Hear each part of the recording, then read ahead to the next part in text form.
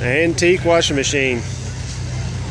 This washing machine was built between 1887 and 1894. And we know that because there's a handle on the other side that I'm fixing to show you that says it was patented November 1st, 1887.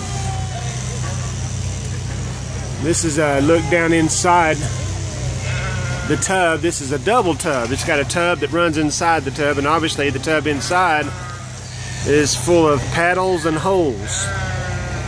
That way when the water is splashed down, when it turns and splashes down in the water, it shoots water into the drum and beats your clothes to death and gets them dry. Gets them clean. The cool thing about this washer is the fact that it agitates. It'll turn one way a couple of turns, and then it'll reverse and go back the other way a couple of turns, and it'll keep doing that with the help of these belts.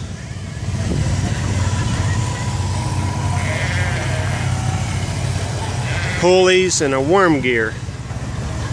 Let's see if this will focus in. There you go. How the agitation works is that there's 3 pulleys here. The 2 outside pulleys are just neutral. They don't do anything but hold the belts.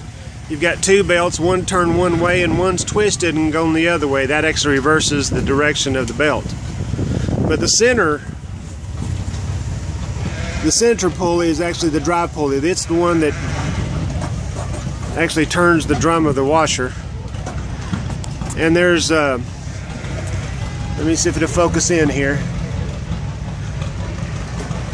This worm gear and this tooling inside here actually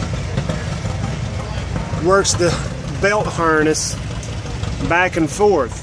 So it'll travel one direction and pick up one direction of the belt, and then it'll reverse and come back the other way, picking up the other direction,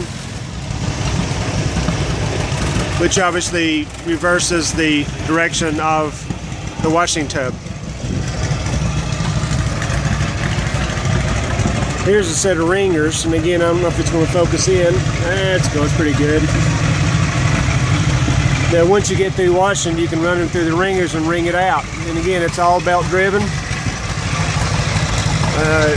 off of the main shaft, pulley shaft. And this pulley shaft is all wood.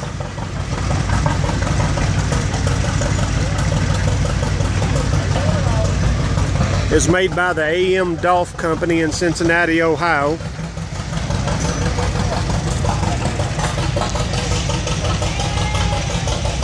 And they later changed their name to the American Laundry Machinery Company in 1894.